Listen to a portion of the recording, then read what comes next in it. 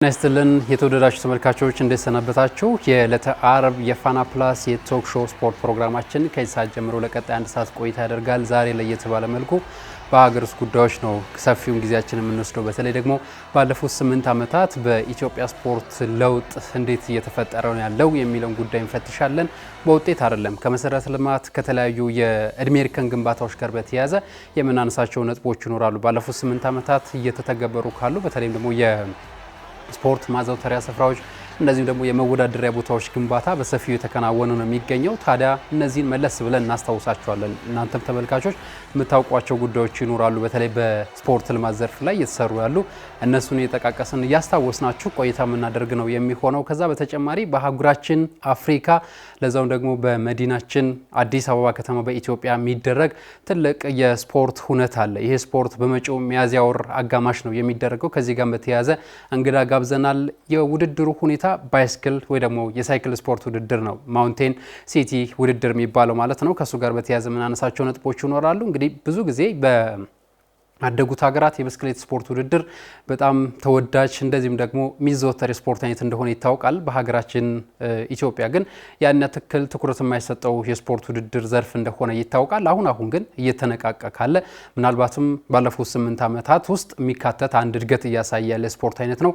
ከዚህ ጋር በተያያዘ ስለ ዝግጅቱ ኢትዮጵያ እንዴት ተመረጠች ከሚለው ነጥብ ተነስተን ስለ ባይስክል ስፖርትም የተወሰነ የምንነግራችሁ ነገር ይኖራል። እንግዳው የበለጠ ሀሳባቸውን ያካፍሉናል፣ ኋላ ላይ ይቀላቀሉናል። ከዛ ግን የሀገር ውስጥ ጉዳዩን እንዳስቀደምኩት እነሱን ጉዳዮች ላይ በተለይ ያለፉት 8 ዓመታት የስፖርቱ ለውጦች ላይ ቆይታ የምናደርገው እኔ ዳንኤል እንዳለና እንደዚህም ደግሞ ባልደረባዬ ሚኪያስ ምትኩ እንሆናለን። ሚኪ እንዴት ነህ? እንዴት ነህ ዳንኤል? አለው። ቀደም ሲል ያስተዋወቅናችሁን ጉዳይ በቀጥታ የምንጀምረው ግን መሸጋገሪያ ወስደን ስንመለስ ነው። አሁን ከወዲሁ ጊዜያችሁን አውሳችሁን አብራችሁ እንድትቆዩ መንጋብዛችሁ እኛው ቀደም ሲል ያስተዋወቃችሁ ነጥቦች ላይ ቆይታ የምናደርግ ነው የሚሆነው።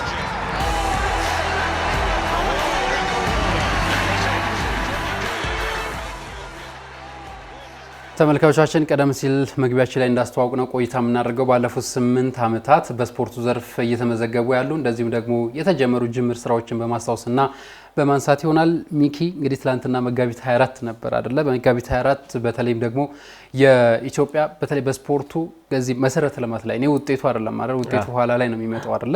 ግን የመሰረተ ልማት ግንባታዎች ላይ በትልቁ ብዙ ጥያቄ ነበረን እና እነዚህ ጥያቄዎች በትንሹም ቢሆን እየተመለሱ ያሉ ምናልባት ደግሞ የበለጠ አሁን ትልልቆቹ እንደ አዲስ አበባ ስቴዲየም፣ አቃቂ ኢንተርናሽናል ስቴዲየም፣ ባህር ዳር እነዚህ ምላሽ ሲያገኙ የበለጠ ደግሞ ለቀጣዩ ዓመት ምናልባት ባለፉት 9 ዓመት ብለን በትልቁ ልናነሳቸው የምንችለው የመወዳደሪያ ስፍራዎች አሁን የመጀመሪያው የታች ግራውንድ ይባላል አይደል? ከመሰረት ነው መስራት የሚገባው የሚለው ነጥብ ላይ ምላሽ እያገኛለ ይመስለኛል። እንደ ማዘውተሪያ ስፍራዎች አሁን በየሰፈራችን በጥራት የተሰሩ የማዘውተሪያ ስፍራዎች አሉ። እንደውም ከዚህ ከማዘውተሪያ ስፍራ ጋር ሚኪ ታስታውሳለኛም በተደጋጋሚ ዘገባዎች ስንሰራበት የነበረው ከተጠቃሚ አግባብነት ጋር በተያያዘ ነበር። እነሱም ጥያቄዎች ምላሽ እያገኙ ያሉበት የመሰረተ ልማት ለውጡ በደንብ የታየበት ያለፉት 8 ዓመታት ነው። ይሄ ከእድሜ ጋር በተያያዘም እንደዚሁ እድሜው ተገቢ የሆነ በእግር ኳሱ ለውጥ እየመጣ ያለበት ነው። ስለ 8 ዓመቱ እናንሳስት። አጋጣሚ ሆኖ ስክሪናችን ላይ እየታየ ያለው የአዲስ አበባ ስቴዲየም እንደሆነ መመልከት እንችላለን። እንደምታውቀው ይሄ ፕሮጀክት ከተጀመረ ረዥም ዓመታት ሆኖት ነበርና የፕሮጀክቱ መንጓተት እንዲሁም በአጠቃላይ የነበሩት ሂደቶች ተስፋ የሚያስቆርጥ ብዙ ነገሮች እንደነበሩት በጣም ማስተዋል ችለን ነበር። ነገር ግን ከቅርብ ጊዜያት ወዲህ ደግሞ የተፈጠረው ለውጥ የመጣው መነሳሳት ኢትዮጵያ ደግሞ በትልቅ መድረኮች አህጉራዊ መድረኮችን ለማዘጋጀት ትልቅ አቅም እየፈጠረች እንደመሆኑ መጠን እንደነዚህ አይነት ስቴዲየሞች በትልቅ እንደ መንግስት በጣም የምደነቅበት ምንድነው እንደምታውቀው ይሄ ምንድነው ስፖርትና የመንግስት አጠቃላይ የተለያዩ ናቸው ይላል በየትኛውም መርህ። ነገር ግን መንግስት መሰረተ ልማት ማሟላት እንዳለበት ስቴዲየሞች መገንባት እንዳለበት ወይም ደግሞ በእንደነዚህ አይነት ጉዳዮች ላይ ግን ኢንቮልቭ ያደርጋል የሚባለው ነገር በደንብ ማስተዋል ችለናል። በእርግጥ የግል ባለሀብቱ ኢንቮልቭ ቢያደርግበት ጥሩ ነበር። ግን እንደዚህ አይነት ኢኒሼቲቭ ወስዶ እንደነዚህ አይነት ተነሳሽነቱን ወስዶ ኢትዮጵያ ቀደምት ታሪክ ሀገር ናት። እግር ኳስንም ሳይቀር ራሱ ከአፍሪካ ሀገራት ከመሰረቱትና የአፍሪካ ዋንጫ ካስተዋወቁት ሌሎቹ ሀገራት በቀኝ ግዛት ስር ሆነው ነጭና ጥቁር የተባሉ ተከፋፍለው እግር ኳሱን ባላወቁበት ዘመን ኢትዮጵያ ቀድማ እግር ኳስን ያወቀች ናት። በአትሌቲክሱን ብትመለከት በስፖርቱም በሁሉም ዘርፍ ያንን ገናናነት ያንን የበላይነት ያንን ትልቅነታችን ሊመሰክር የሚችል አንድ ግዙፍ ስቴዲየም የለንም። ይሄንን ስቴዲየም እንደምትመለከት አሁን በሚያስደንቅ ፍጥነት ኦሬዲ እያለቀ ይገኛል። በቀደም ለታ የአትሌቲክስ ሻምፒዮና ሲካሄድበት ተመልክተናል። ደግሞ ስቴዲየሙ አልቆ ደግሞ ጨዋታው ሲጀምር ምን አይነት ጥራት ምን አይነት ልዩነት ሊፈጥር እንደሚችል ይሄ ለኢትዮጵያ እግር ኳስ አፍቃሪ አጠቃላይ ምላሽ የሚሰጥ ይመስለኛል። ከሱ በተጨማሪ ደግሞ የአቃቂ ኢንተርናሽናል ስቴዲየም መመልከት ይችላል። አዲስ አበባ ስቴዲየም ለመታደስ የሄደበት ርቀት በጣም አስደናቂ ነው። የተሰጠው ትኩረት ነው በጣም የሚያስደንቀኝ። እኔ በነገራችን ላይ ትኩረት ሰጥተ የኔ ወጣቶችን ከወሬ በዘለለ በተግባር የሚታይ የሚጨበጥ የሚዳሰስ ነገር ለመፍጠር ስታስብ እንደነዚህ አይነት መሬት የወረደ እቅድና ተግባር ነው ማሳየት ያለብን። በተስፋ መሙላት ሳይሆን በተግባርም ማሳየት ነው ያለብንና አይ ቲንክ ይሄንን ነገር ነው ያየነው። ከሱ በተጨማሪ በየሰፈሩ የተገነቡት እነዚህ ትንንሽ ሜዳዎች በጣም አስደናቂ ናቸው። እንደምታውቀው እኔ አሁን ሰፈር ማስተውለው ነገር ነበር። በፊት የምንጫወትበት ሜዳ ነበረ ልጆች ሆነን። ከዛ በኋላ ለቤት ልማት ተብሎ ያንን ሜዳ ተነጠቀ። አብዛኛው ወጣት ወደ ሱስ የገባበት የተበታተነበት ነበር። አሁን የኮሪደር ልማቱ አንደኛው ካመጣቸው ትልቁ ጸጋዎች መካከል በየኔ ማስበው የሜዳዎች ነው። በተለይ እንደነዚህ 4x4 የሆኑ ሜዳዎች ኖቶሊ እግር ኳስ ብቻ አይደለም እኮ ቅርጫት ኳስ፣ መረብ ኳስ፣ ሌሎችንም መጫወት የሚያስችል እንደነዚህ አይነት ነገሮች ወጣቶች የሚዝናኑበት ጭምር መፍጠሩ በጣም የሚያስደንቅ ነው ብዬ ነው የማስበውና ካለፉት ጊዜያት ደግሞ በጥራትም ለጤናም ብዙ የማያስቸግሩ ወይ ደግሞ ጤና ላይ እንከን የማይፈጥሩ ለምሳሌ ቀደም ሲል እንዳነሳው የሰፈር ሜዳዎች በብዛት አቧራማ ነበሩ አይደለን? እነሱ ሌላ የጤና ጠንቅ የሚፈጥሩበት አጋጣሚ ነበር። አሁን ግን በጥራትም ምናልባት ደግሞ እግር ኳሱ ራሱ ስፖርቱ የሚፈልገውን አይነት ከመስራት አንጻር የተሻለው ጊዜ እኔ ብራዚል ምሳሌ ትሆናለች አይደል? ብዙ ጊዜ በዚህ በዓለም እግር ኳስ በየሰፈሩ ትንንሽ ሜዳዎች አሉና ከዛ ነው ከዋክብቶችን ማፍራት ወይ ደግሞ የከዋክብቶቹ መፈጠሪያ መንገድ የሚጀምረው ከዛ እንደሆነ ይታወቃል። እና አሁን በየሰፈሩ እየተገነቡ ያሉ እነዚህ ትንንሽ ሜዳዎች ምናልባት ከ130 ወይ 120 ሚሊዮን ገደማ ህዝብ ውስጥ አንዳንድ ሰው ቢገኝ እንኳን አስበው እንደው ከሚሊዮን አንድ ሰው ብታገኝ እንዴት ነው 130 ሰው ታገኛለህ ነበር። ከዛ ተጣርቶ ደግሞ ነገ በአፍሪካ ዋንጫ ኢትዮጵያን በትልቅ ደረጃ ለነገሩ የመንግስትም ስትራቴጂ እሱ ነው አይደል? በየቦታው እንደዚህ አይነት ሜዳዎች መገንባታቸው ነገ ትልቅ ተጫዋቾችን ለማግኘት እድል ይፈጥራል ብዬ አስባለሁ። ስለዚህ ስለ ሰፈር ውስጥ የሚገነቡ ስቴዲየሞች ደግሞ እየተሰሩ ያሉ ሜዳዎች ስቴዲየም ለመባል ሳይሆን እንደው እየተገነቡ ያሉ የልምምድ ሜዳዎችን ማንሳት ይኖርብናል ብዬ አስባለሁ። ቀደም ሲል እንዳነሳው ሰፈር ላይ የሚገነቡ ሜዳዎች ከተጠቃሚነት አንጻር ጥያቄ ሲነሳባቸው ነበራል። ታስበው የሚገነቡበትና እንደዚሁም ደግሞ በኋላ ተግባር ላይ ሲውሉ ጥያቄ የሚነሳባቸው ነበሩ። ተደጋጋሚ ጊዜ አንስተነዋል ይሄንን። አሁን ግን በየሰፈሩ የሚገነቡ ሜዳዎች ባለቤትነት ያላቸው ተጠያቂ ሰዎች ተቀምጠው በሰዓት ማን በምን ሰዓት እንደዚሁ ደግሞ የትኛው ሰዓት መጫወትና መለማመድ አለበት፣ ሜዳው ፍትሃዊ ክፍፍል እንዲኖር ማለት ነው። ሜዳውን ከመጠቀም አንጻር እነሱ ላይም የተወሰነ ለውጥ ያየንበት ይመስለኛል። በተለይ በቅርብ በማልገባው ብዳኔ እኔ አንድ ያስተዋልኩት ነገር ነው ታውቃለህ። ለምሳሌ ጥያቄ ሲነሳ ነበረ የከተማ አስተዳደሩ የመለሰበት መንገድ በጣም የሚገርም ነበረ። ከንቲባው ራሱ ሳይቀር በዚህ ጉዳይ ላይ ቀጥተኛ እርምጃ ወስደው ሜዳውን በአግባቡና በትክክል መስጠት አለበት፣ ሕግና መመሪያ መውጣት አለበት። ሜዳው የተገነባው ለሰፊው ሕዝብ ነው፣ ልጆች እንዲጫወቱበት፣ አቅማቸውን ብቃታቸውን እንዲያሳዩበት ለዚህ ዓላማ ነው የተገነባው እንጂ ጥቂቶች እንደፈለጉ ሊበዘብዙት አይደለም። ይሄ በደንብ አስምረው በደንብ አስረግጠው በትክክል ነበር የተናገሩት የነበረው ክብርት ከንቲባዋ ማለት ነውና ከዚህ አንጻር ስትመለከተው እኔ በጣም ኢምፕረስ ሆኛለሁ። ምክንያቱም እንደነዚህ አይነት ነገሮች ላይ ትኩረት ሰጥተህ የህብረተሰቡን ጥያቄ ለመመለስ የሄድክበት ርቀት በጣም አስደናቂ ነው። ከዛ አንጻር ሜዳዎቹ ላይ የተገነቡት ነገር በኋላ ላይ ደግሞ ልጆቹ እንዲጫወቱ ያደረጉበት ነገር በጣም ጥሩ ነበር ብለን መናገር እንችላለን። እኔ በሌሎች የአፍሪካ ሀገራት ለምሳሌ ሞሮኮን ተሞክሮ መውሰድ እንችላለን። ሞሮኮ በዓለም መድረክ ላይ እነዚህ በዲያስፖራ ተጫዋቾቻቸው ብቻ አይደለም ትልልቅ ውጤት እያመጡ የሚገኙት። በእርግጥ ዲያስፖራ ተጫዋቾቻቸው ብዙ ጠቅሟቸዋል። ነገር ግን በየሰፈሩ የተገነቡት ግን ሜዳዎች ጠቀሜታቸው ላቅ ያለ እንደሆነ በደንብ መመልከት ችለናል። ከኛም አልፎ ከራሳቸውም አልፎ እኛም ሜዳን እየተጫወትንበት እንገኛለን። እንደነዚህ አይነት ትንንሽ የመለማመጃ ስቴዲየሞች፣ ትንንሽ የመለማመጃ ሜዳዎች መንገባታቸው ነገ ለትውልድ የሚጠቀምበት ነው። ነገ ልጆች በአዋራማ ሜዳ ይጫወቱን ጥራት ባለው ስቴዲየም፣ ጥራት ባለው ሜዳ፣ ጥራት ባለው የእግር ኳስ መጫወቻ ቦታዎች ነው የሚጫወቱ። ይሄ ደግሞ ጤናማ የተጠበቀ ንቁ የሆነ ዜጋ ለመፍጠር በምታደርገው ጥረት ላይ እንደ ትልቅ መደላድል የሚፈጥር ይመስለኛል። በጣም ጥሩ ነገሮች ከተሰሩት መካከል ይሄ ነው ብዬ ነው ማስበው። ከዛ ውጪ እኔ እግር ኳሱ ላይ ሞር ፎከስ አደረግን እንጂ እኔ ከገረሙኝ ነገሮች መካከል ለምሳሌ እኛ ባስኬትቦል፣ ኦር ደግሞ አንድቦል ኦር ደግሞ ቮሊቦል በጣም ታለንት ያላቸው ልጆች አሉ አይደል? እነሱንም ታሳቢ ያደረገ አንዳንድ ምልክቶች እያየን እኮ ነው። ወጣቱ ሚዝናናበት እግር ኳስ ብቻ ነው። ምናልባት ኋላ ላይ የምናወራው የብስክሌትም አለ እሱም በኋላ ላይ የምናወራውና እንደነዚህ አይነት አማራጮች የስፖርት አይነቶች ብዙ ስለሆነ እንደነዚህ አይነት አማራጮች መገንባታቸው መሰራታቸው ወጣቱን በዛ ራሱን ያዝናና ጤናውን እየጠበቀ በዛ መካከል ደግሞ የሚፈሩት ትልልቅ ታለንቶች አሉ። አታቆም ምን አይነት ታለንት ከየትኛው እንደሚመጣና ትልቅ ደረጃ እንደሚደርስ አታቆም። ብዙ ጊዜ ከየት ተነሳ አትሎም ትልቅ ስፖርተኛ በሆነ ፓሽን አለው ግን ምቹ ሁኔታዎችን ሲፈጠርለት ነው ተጠቅሞ የሚሄደው። ሶ ምቹ ሁኔታዎችን ያገኘ ደግሞ አንድ ወጣት በተለይ በዚህ ዘመን ያለ እኔ በብዙ መልኩ የሚጠቀምበት ይመስለኛል ከስፖርት አንፃር ማለት ነው። ራሱን ለመጠበቅ ምቹ ሁኔታዎች ያለበት ይመስለኛል። ደግሞ እኮ በአካባቢ ጤና ለመጠበቅ ማህበረሰቡ በደንብ የሚገለገልበት እንደሆነ ምናልባት የሳምንቱ የመጨረሻ ቀናትን እያዩ አድማጮች ተመልካቾችም የሚረዱት ጉዳይ ይመስለኛል። በጋራ መኖሪያ ቤቶች አሁን እየተገነቡ ያሉ ሜዳዎች እንደው በማህበረሰቡ የበጎ ፍቃድ አገልግሎት ራሳቸው የጋራ መኖሪያ ቤቶች የሚኖሩ ሰዎች ገንዘብ አዋጥተው የሚሰሯቸው እነዚህ ሜዳዎችም ቢሆኑ እንደዚህ አይነት ጤና ለመጠበቅ ትልቅ አገልግሎት አላቸው። ዋናው ታርጌት የኛ ያነሳ ነው ባለፉት 8 ዓመታት በተለይ በመንግስት ወስደው አቅጣጫ ተሰጥቷቸው እየተሰሩ ያሉ ስፖርት ማዘውተሪያ ስፍራዎችን ነው። በዚህ ጉዳይ ላይ እንቆያለን ተመልካቾች። አፍታ መሸጋገሪያና መልእክቶችን ተከታትለን ስንመለስ ከውጤታማነት አንጻርስ በተለይ በእግር ኳሱ የእድሜ እርከን ቡድኖች እንዴት አይነት ውጤት እያስመዘገቡ እንዳለ የቅርብ ትዝታችን ነው።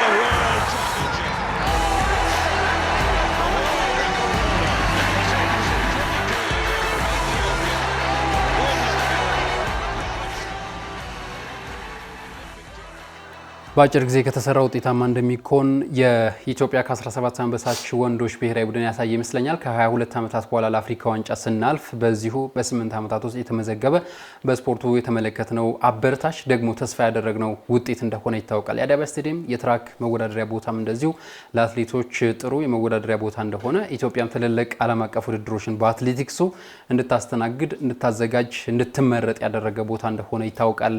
ሚኪ በተለይ በአትሌቲክሱ በቅርብ ሳምንት እንግዲህ 55ኛው የኢትዮጵያ አትሌቲክስ ሻምፒዮና ተከናውኗል። በአጫጭር ርቀቶች ሪካርድ ክብረ ወሰን የተሻሻለበትን አይተናል። አቅም ያላቸው አትሌቶችም እንዳሉን ተመልክተናል። አንደኛው በዚህ በ8 ዓመት ውስጥ ከተሰሩ የስፖርት ልማት ስራዎች መካከል የአዲስ አበባ ስቴዲየም የመወዳደሪያ ቦታው የአትሌቲክሱ ማለት ነው ተጠቃሽ ነው። ከዛ በተጨማሪ እንግዲህ ዩ17 እኛም በቀጥታ ስርጭት ስንሰራው የነበረው የውድድር መድረክ አንደኛው ነበርና ከዚህ ከአትሌቲክሱ የትራክ ቦታ ጀምረን ይሄኛውን ጉዳይ እንመልከት። ለበርካታ ጊዜ አትሌቶች ቅሬታ ሲያቀርቡበት ከነበረው ነገሮች መካከል አንደኛው የትራክ ጉዳይ እንደሆነ በደንብ ይታወቃልና የቱ ጋር ልምምድ እናድርግ፣ ጥራቱን የጠበቀ ትራክ ለምንድን ነው የማይሰራው የሚል በርካታ ጥያቄ ይነሳ ነበር። እንደምታውቀው አንድ ለእናቱ የሆነው አዲስ አበባ ስቴዲየም የእድሳቱ ጉዳይ በጣም ተንቀራፎ እንደነበረና አትሌቶችም ልምምድ ለማድረግ ኢትዮጵያ ወጣቶች ስፖርት አካዳሚ ሲጠቀሙበት እንደነበር አስተውለናል። ከዛ ውጭ ደግሞ አበበ ቢቂላ ነው፣ እሱም በተፈለገው ልክ አይደለም። ይሄ አሁን የተገነባው ግን በጣም የሚያስደንቅ ነው። እንደኛ ነገር ጥራቱ በጣም የጠበቀ ነው። ውድድሮች ለማድረግ ምቹ እንዴት እንደሆነ በደንብ ታስቡበት እንደሰራ ትመለከታለህ። እኔ አንድ ነገር መመልከት የምችለው አንድ ጉዳዮች ሲሰሩ ጥራቱን በጠበቀ መልኩ በትክክል ከተሰራ ኢፌክቲቭ መሆን ይቻላል እና ለዚህም ደግሞ ማሳያ የሚሆነው አዲስ አበባ ስቴዲየም ትራክ ላይ የነበረው ነው። ይሄም ጥሩ እንደውም እንደ ጥሩ ምሳሌ የምታነሳው አትሌቶቹ ተመችቷቸው የሰዓት መሻሻሎች ትራኩ ላይ ኮምፕሌንስ ያደርጉ አልሰማም። እንደውም እንደ ጥሩ ነገሮች ሲያነሱ ሰምተናል በአንዳንድ ቃለ መጠይቆች ላይም እና ይሄ ነገር በጣም የሚያስደንቅ ነው። እኔ በአዳጊ ልማት ዘርፍ ላይ እየመጣ ያለው ለውጥ የሚገርም ነው። ለምሳሌ እኔ በሌሎች ሀገራት ላይ ሲሪየስሊ ነው የሚዘጋጁት። ለምሳሌ አዳጊ ልማት ዝም ብሎ በዘፈቀደ አይደለም የሚደረገው። ስትራቴጂ ያስፈልገዋል፣ መዳረሻ ያስፈልገዋል፣ ግብ ያስፈልገዋል። አንድ ህጻን ልጅን የ13 ዓመት ልጅን ስታመጣ ምን አድርገ እንዴት ሰርተ ትልቅ ስብዕና ኖሮት እንዴት በትልቅ መድረክ ሀገሩ መወከል የሚችል ሰውን ማፍራት ነው ያለብንና ያንን ደግሞ ለማፍራት ከስልጠናው ጀምረ ከመሰረተ ልማቱ ጀምረ ብዙ ነገሮችን ማድረግ እንደሚገባ ይታወቃልና ከአዳጊ ልማት ዘርፍም አንዳንድ በእግር ኳሱ ላይ በተለይ የተመለከትነው ነገር በጣም የሚያስደንቅ ነው። ይሄ ማለት ለጉዳዩ ትኩረት መስጠትን ነው።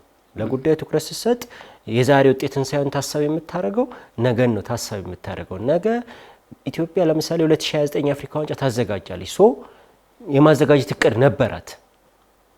አሁንም ጥያቄው አለ። 2028 የአፍሪካ ዋንጫ የማዘጋጀት ስታዘጋጅ በምን እንዴት እንዘጋጅ የሚለውን ነገር ለመጠየቅ በአግባቡ ማሰብ አለብህ። ስታስብ ደግሞ አሁን ከረንትሊ ያለውን አይደለም ከ3 ከ4 ዓመት በኋላ ሬዲዮንን ተጫዋቾችን እንዴት እናፍራ፣ እንዴት ስልጠናው ይስተካከል፣ እንዴት ጥሩ አዳጊዎችን በአግባቡ እንዴት እናፍራ የሚለው ነገር ላይ በትክክል ሲሰራበት ጥሩ ውጤት ማምጣት እንደሚቻል ተመልክተናል። ለምሳሌ የነ ዳዊት ካሳው እንደዛ አይነት እንቅስቃሴ ዝም ብሎ የመጣ አይደለም፣ በአግባቡ ተሰርቶበታል። ዓለም ከደረሰበት አንጻር አሁን ካለበት ሁኔታ አንጻር የተሻለ ስፖርቱ የሚፈልገው ምን እንደሆነ ከተረዳን የተሻለ ነገር ማምጣት እንደሚችል ተመልክተናል። ይሄ ግን የወለዳን እግር ኳስ ፌዴሬሽኑ ብቻ አይደለም ይሄ ነገር ያደረገው፣ ይሄ መንግስት ሰፖርት ስላለው ነው። መንግስት በዚህ ላይ በደንብ ኢንቮልቭ ስላደረገ ፍላጎቱም ስላለው፣ ምክንያቱም አገርን መወከል ትልቅ ነገር እንደሆነ በደንብ እንደነዚህ አይነት ደግሞ ትልልቅ ውድድሮችም የማዘጋጀት እኔ ከዚህ በፊት ሰምተን አናውቅም። የአፍሪካ ዋንጫውን ለኢትዮጵያ ለማስተናገድ ፍላጎት አላት የሚለውን በቅርብ ጊዜ ወዲህ ነው የሰማነዋል። ይሄ ትልቅ አምቢሽን እኮ ነው። ለምሳሌ ካፍ የሚያስቀምጠው 6 ስቴዲየም ነው። 6 ስቴዲየሞችን የመገንባት ነገ እኮ ትልቅ እኮ ነው ይሄ። እነዚህ ስቴዲየሞች ቢጠናቀቁ ምን አይነት ጥሩ ጨዋታዎች እንደምንመለከት፣ ምን አይነት ጥሩ ታዳጊዎች ሊፈሩ እንደሚችሉ መመልከት ትችላለህ። ሶ ይሄ አንደኛው ትልቁ አድቫንቴጅ ትኩረት መሰጠቱና በአግባቡ መሰራቱ ነው። በእርግጥ አላለቁም የቤት ስራዎች፣ አሁንም መሰራት አለባቸው። ጊዜያዊ ሳይሆን ነገን መዳረሻ ያደረጉ ትልልቅ ስራዎች ጥሩ ምልክት ስላየንባቸው ይበልጥ ደግሞ ከተሰራ ነገ ከ10 ዓመት በኋላ ትልቅ ብሔራዊ ቡድን እንገነባለን። ምንም ጥርጥር የለውም። አዎ በትክክል እንግዲህ እኔ በቅርብ ዓመታት እንደተመለከት ነው። በተለይ ደግሞ ያለፈው 1 ዓመት ከግማሽ ገደማ የቀድሞ በቴሌቪዥን ስክሪን እንደው ህፃን ሆነን እንበል በጣም ትንንሽ ሆነን የተመለከትናቸው ተጫዋቾች ጭምር ቀድሞ በክለብ በብሔራዊ ቡድን ጥሩ ውጤት የነበራቸው ውጤታማ እንቅስቃሴ ሲያደርጉ የነበሩ የምናውቃቸው ተጫዋቾች ጭምር ወደዚህ ሄዶ ኢትዮጵያ እየመጡ ኢትዮጵያን እየጎበኙ ያለበት ነው። ይሄ እንግዲህ ስፖርቱ የፈጠረው መነሳሳት፣ በስፖርቱ የተፈጠረው የሀገር ውስጥ መነቃቃት ይመስለኛል። በቅርብ እንኳን ባካሪ ሳኛ እንግዲህ በአርሰናል ብዙ ዓመት የምናውቀው አርሰናል ቡድን ውስጥ ጥሩ ውጤት ካስመዘገቡ ተጫዋቾች እና ደግሞ አሁንም ድረስ ከማይዘነጉ ተጫዋቾች መካከል አንደኛው ነውና በቅርብ እንግዲህ የመጨረሻውን ያነሳውት ከዛ ቀደም ብሎ በጠቅላይ ሚኒስትር ቢሮ ጭምር እንግዲህ ተለያዩ ኮከቦችን ተመልክተናል ባለፉት 2 ዓመታት ውስጥ እንደውም ይሄ በደንብ በቅርቡ ማለት ነውና እነዚህ ስፖርተኞች ወደ ሀገር ቤት መምጣታቸው በራሱ በስፖርቱ ትልቅ መነቃቃት እንደሚፈጥር እና ደግሞ የተፈጠረው መንገድ የተጀመረው መንገድ እንዳነሳው ሚኪ ብዙ የሚሰሩ ጅምር ስራዎች ናቸው በአብዛኛው ያሉት። ግን ደግሞ እነዚህ ጅምር ስራዎችን ሁላችንም ኃላፊነት እንዳለብን ይሰማኛል። ለምሳሌ አንድ የመገልገያ ቁስ ከተሰጠ በኋላ መጠበቅ ያለብህ አንተ ይመስለኛል፣ ወይ ደግሞ ከተገዛልህ መጠበቅ ያለብህ አንተ ነህ እና ከዚህ አንፃር ማህበረሰቡ በተለይ ደግሞ እኛ የምንገለገለው ሰዎች በደንብ መጠንቀቅ ያለብን ይመስለኛል። ብዙ ጊዜ እኛ ሀገር ትልቁ ችግር መስራት አይመስለኝም፣ መገልገል ላይ ግን በአግባቡ የመገልገል ችግር እንዳለ ይሰማኛል። ይሄ የስፖርት በተለይ ደግሞ ትልልቅ ከዋክብቶች ወደ ሀገር ቤት መምጣትም በራሱ የሆነ መነቃቃት የሚፈጥር ይመስለኛል። አዳጊዎች እዚህ ስፖርቱ ላይ ያሉ ሰዎች እኛም ደግሞ ለኛም ለሚዲያ ባለሙያዎች እኮ አሁን የራሳችንን ሊግ በደንብ መዘገብ የራሳችንን ውጤታማ የሆኑ አትሌቶችን ስፖርተኞችን ማውራት እንናፍቃለን። በእርግጥ አትሌት አናጣም፣ ግን እንደው እንደዚህ አይነት በእግር ኳሱም ደግሞ ከ31 ዓመት በፊት የኢትዮጵያ ብሔራዊ ቡድን የደቡብ አፍሪካ ዋንጫ ላይ ሲያልፍ እኮ የነበረ ደስታ ታስታውሳለህ አይደለ? ያኔ እንዴት መነቃቃት እንደነበር። አሁን የአይነት ስሜቶች አሉ። ውጤታችን ሌላ ሊሆን ይችላል፣ ግን ያ ፍላጎት ያ ስሜት ስላለ ይህን ስሜት ደግሞ ከዚህ ከመሰረተ ልማቱ ጋር ከአጠቃቀም ስርዓት ጋር በተያያዘ ማሳደግ የሚገባብን ወቅት ይመስለኛል። ይሄኛው ይበለጠ ምንም ጥያቄ የለውም። በተለይ መሰረተ ልማቶች መገንባት አንድ ነገር ነው። መንከባከብ መጠበቅና ደግሞ ለትውልድ እንዲሻገር ማድረግ ደግሞ ራሱን የቻለ ትልቅ የቤት ስራ አለው ብዬ ነው ማስበው። የተገነቡት መሰረተ ልማቶች በየቦታው ነው። አሁን ስፔሲፊካሊ አዲስ አበባ ላይ ብቻ አይደለም፣ በየክልል ከተሞች እየተገነቡ ያሉት እንደዚህ አይነት ጥሩ የመሰረተ ልማት ግንባታዎች በየቦታው ጥሩ አቅም ያላቸው ልጆች እንድናገኝ ምክንያት ይሆናል። ይሄ ደግሞ በአንድ ጊዜ እንዲቆም መፈለግ የለብንም። ይሄ ልጅ በስሜት ብቻ የተጀመረ ሳይሆን በእውቀት በማሰብ ነገን መዳረሻ በማድረግ የተጀመሩ ትልልቅ ስራዎች ስለሆኑ እንደ ፕሮጀክትም እንደ ትልቅም ስለሆነ እንደነዚህ አይነት ነገሮች ላይ ጥንቃቄ ይፈልጋል፣ የኔነት ስሜት ይፈልጋል፣ መንከባከብ፣ ነገር ማሻገር ይፈልጋል። እኔ በሌሎቹ ሀገራት ላይ በሌሎቹ ዓለማት ላይ የምትመለከተው ይሄ ነገር ነው። ለምሳሌ ቲፒካሊ የምናነሳት ብዙ ጊዜ ሞሮኮ ናታል። ሞሮኮ፣ ደቡብ አፍሪካ ምናምን ብለን እናነሳለን። ለምሳሌ ደቡብ አፍሪካ የዓለም ዋንጫ 2010 የዓለም ዋንጫ ስቴዲየሞቻቸው ተገነቡ። ከዛ በኋላ አሁን እኮ የደቡብ አፍሪካ ሊግ እኮ ለምን ከሌሎች የአፍሪካ ሊጎች ጥራት ያለው ጥሩ የፉክክር መጠን ኖሮ ብትል አንደኛው ፋክተር የሚሆነው ስቴዲየሞች ነው። የዓለም ዋንጫን በማዘጋጀቷ የተነሳ መሰረተ ልማቶቿን በማሟላትና ጥሩ ስቴዲየሞች በመገንባቷ የተነሳ ሊጓ ሳይቀር ጥሩ ተፎካካሪ ቡድኖች እንዲፈጠሩ ምክንያት ሆኗል። እኛ ጋር ይሄ ነገሮች ተገነቡ ማለት ነገ ዛሬ ላይ ብዙ የምንናደድበት ብዙ የምንበሽቅበት በሊጉ ላይ የምናያቸው ደካማ እንቅስቃሴዎች ነገን እንደ ጥሩ ማንጻሪያ አድርገን ሊያስቀምጡልን የሚችሉ የተለያዩ መሰረተ ልማቶች ስለተሰሩ እሱን ተንከባክበን ደግሞ ከፍ አድርገን ጥሩ ተጫዋቾች አወጣን ጥሩ ታለንቶች አገኘን ማለት ነገን በጣም በተሻለ መልኩ እንድናይ ምክንያት የሚሆንልን ይመስለኛል። ዳንኤል የሀገራችን እግር ኳስ በተለይም ደግሞ ስፖርቱ አካባቢ ያሉ ሰዎች በደንብ የሁሉም ስፖርት ላይ ማለት ነው እግር ኳሱ ብቻ ሳይሆን እንደው ማደግ የበለጠ ደግሞ ውጤታማ መሆን ካለበት ይሄ የመንግስት መነሳሳት መልእክት ሊሆናቸው ይገባል ብዬ አስባለሁ። አሁን እኔ በዚህ በለውጡ መንግስት በዚህኛው ባለፉት 8 ዓመታት የተመለከትኩት አንድ ነገር በጠቅላይ ሚኒስትሩ የተጀመሩ ነገሮች በሌላኛው ዘርፍ ማለት ነው በሌሎች የልማት ዘርፎች ልክ ክልል ላይ ወርዶ ከዛም ቀበሌ ወረዳ ያለ ወርዶ በደንብ እየተመለከትናቸው ስፖርቱ ላይ ያ ነገር መንጣት አለበት። ሀገራችን ውስጥ በርካታ ክለቦች አሉ አይደል? በከፍተኛ ሊጉም በፕሪሚየር ሊጉም የምናውቃቸው ትልልቅ ክለቦች አሉ አይደል? እነዚህ ትልልቅ ክለቦች ከመንግስት እርዳታ ጥገኝነት ወጥተው የራሳቸውን ፋይናንስ አመንጭተው እንደዚህ አይነት ትልልቅ ስቴዲየሞችን የመገንባት ህልም ራዕይ ሊኖራቸው ይገባል። ወደፊት ራሳቸውን ማቆም ይገቡት። እኔ ትልቅ ብለን የምናነሳው ደግሞ ታላቁ ቅዱስ ጊዮርጊስ በፋይናንስ በጣም የተቸገረ ተመልክተናል አይደል? ከእንደዚህ አይነት ጥያቄዎች መጀመሪያ መሰራት አለባቸው ብዬ አስባለሁ። አንደኛው የራሳቸውን የገቢ ምንጭ ሊያገኙበት የሚችሉት ስቴዲየም እንደሆነ ይታወቃል። ዓለም ላይ ያሉ ትልልቅ ክለቦች ከዚህ ከስቴዲየም ሬቨኑ ከስቴዲየም ነው ትልቁ ገቢያቸው የሚያገኙት። በእርግጥ የገበያ ሽያጫቸው አሁን ክለቦች ከስቴዲየም ከሚያገኙት የበለጠ እያደገ መጥቷል። ግን ያንን ማድረግ ይችላሉ ቀጣይ። መጀመሪያ ግን የሚቀድመው የቤት ስራቸውን ቤታቸው ላይ እዚሁ ሀገራቸው ላይ ያለውን የደጋፊ ሀብት ከማግኘት አንጻር መሆን አለበት ብዬ አስባለሁ። ለማንኛውም በስፖርቱ ዘርፍ በመንግስት ደረጃ የተጀመሩ ወደ ታች ወርደው ግለሰብ ስቴዲየም እኮ መገንባት ይችላሉ አይደል? ሀገራችን የባለ ሀብቶች ድርቅ አይደለችም አይደል? ጥሩ ሀብታም ወይ ደግሞ በዚህ በፋይናንስ በኩል አቅም ያላቸው ግን ደግሞ የስፖርቱን ዘርፍ በደንብ የተመለከቱት አይመስለኝም። ስፖርቱ ላይ ብዙ ሀብት አለ፣ ብዙ ሰው አለ፣ ብዙ ተመልካች አለ፣ ብዙ ደጋፊ አለ። ራሳቸውን መሸጥ የሚችሉበት አጋጣሚ ስላለ ባለ ሀብቶችም እንደው እንደዚህ ወደ ስፖርቱ መጥተው በግለሰብ ደረጃ አንድ ስቴዲየም በስማቸው የተሰየመ እኔ እንኳን ይሄ የዲሲቪ ወደ ኢትዮጵያ መምጣት እኮ ብዙ ከተሞችን እንድናውቅ አድርጓል አይደል? ድሬዳዋን መሄድ የማይችል ሰው ሐዋሳ መሄድ የማይችል ሰው ቁጭ ብሎ በተወሰነ የ5 ደቂቃ በሚሰራው የከተማ ምልከታ የምናቀባቸው የምናያቸው እንደዚህ አይነት ነገሮች መፈጠር ይችላሉ። የስፖርት ቱሪዝም አሁን በደንብ ትልቅ ገቢ እያመጣ ነው አይደለ? እንደውም ከባይስክል ውድድር ጋር በተያያዘ ወደ 24 የሚጠጉ የአውሮፓ ሀገራት ዜጎች ናቸው ወደ ኢትዮጵያ የሚመጡት። እነሱን በዚህ በኢትዮጵያ እንዲቆዩ፣ እንዲዝናኑ፣ ገንዘብ እንዲያወጡ ገንዘባቸውን እንዲያወጡ ከማድረግ አኳያ እንደዚህ አይነት ስራዎችም ሊሰሩ ስለሚችሉ ያንን ትኩረት አድርጎ መስራት ይገባል ብዬ አስባለሁ።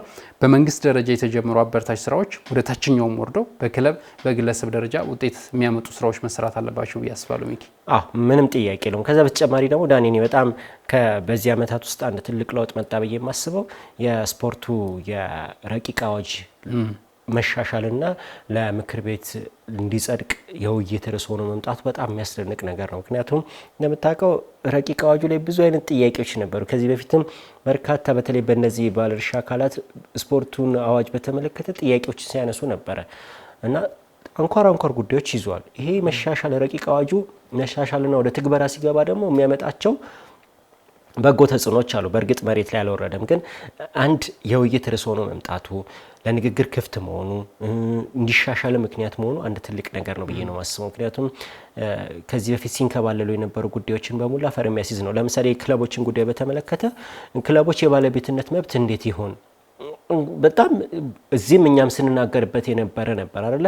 ክለቦች ከክልል ከከተማ መስተዳድሮች ወጥተው ራሳቸውን ችለው የሚያስተዳድሩበት የገቢ ምንጭ ይኖራቸው፣ ራሳቸውን ችለው የሚቆሙበት መንገድ ይፈጠር ስንል ነበር።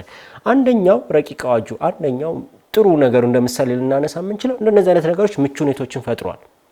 ይሄ ማለት ኢኒሺዬቲቭ ነበረ፣ ፍላጎት ነበረ። እኔ እንደ መንግስት ፕራዮሪቲ ከዚህ ቀደም ፕራዮሪቲ የሚሰጣቸው ጉዳዮች ሌሎች ጉዳዮች ነበሩ። አሁን ግን እንደነዚህ አይነት ጉዳዮች ፕራዮሪቲ እየተሰጣቸው ነውና በስፖርቱ ዘርፍ እየመጣ ያለው ለውጥ በራሱ የሚገርም ነው። በጣም የሚያበረታታ ነው፣ ሌሎችን የሚያነሳሳ ነው፣ ይበልጥ ደግሞ ምቹ ሁኔታ የሚፈጥር ነው ብዬ ነው ማስበው። ዳንኤል ምናልባት እንግዲህ ኢትዮጵያ ትልልቅ ውድድሮችን የማስተናገድ አቅም እንዳላት በዋን ዴይ ሚቲንግ አይተናል። ኢትዮጵያ በቅርብ ታስተናግደው አንደኛው ትልቅ ውድድር በአትሌቲክስ እንደሆነ ይታወቃል። ኢንቪቴሽን የምንልከው እኛ እንሆናለን ማለት ነው። ከዚህ በኋላ ለተለያዩ ዓለም ሀገራትም እንደሚታወቀው ለመዘገብ ሲካሄድ የተለያዩ በሚዲያውም በኩል የራሱ የሆነ ለኛ በተለይ ለስፖርት ላይ ላለን ባለሙያዎች ደግሞ የበለጠ እንደዚህ አይነት እድሎችን የሚፈጥር እንደሆነ ይታወቃል። ያንን ከመጠቀም አንጻር እንግዲህ የውጭ ዜጎች የውጭ ጋዜጠኞች ወደኛ አፍሪካ መጥተው ወደ ኢትዮጵያ መጥተው ኢትዮጵያን በደንብ የሚያዩበት ምን ያክል የውጭውን ስፖርት የተረዳ ማህበረሰብም እንዳለ የሚያውቁበት እድል ይፈጠራል ብዬ አስባለሁ።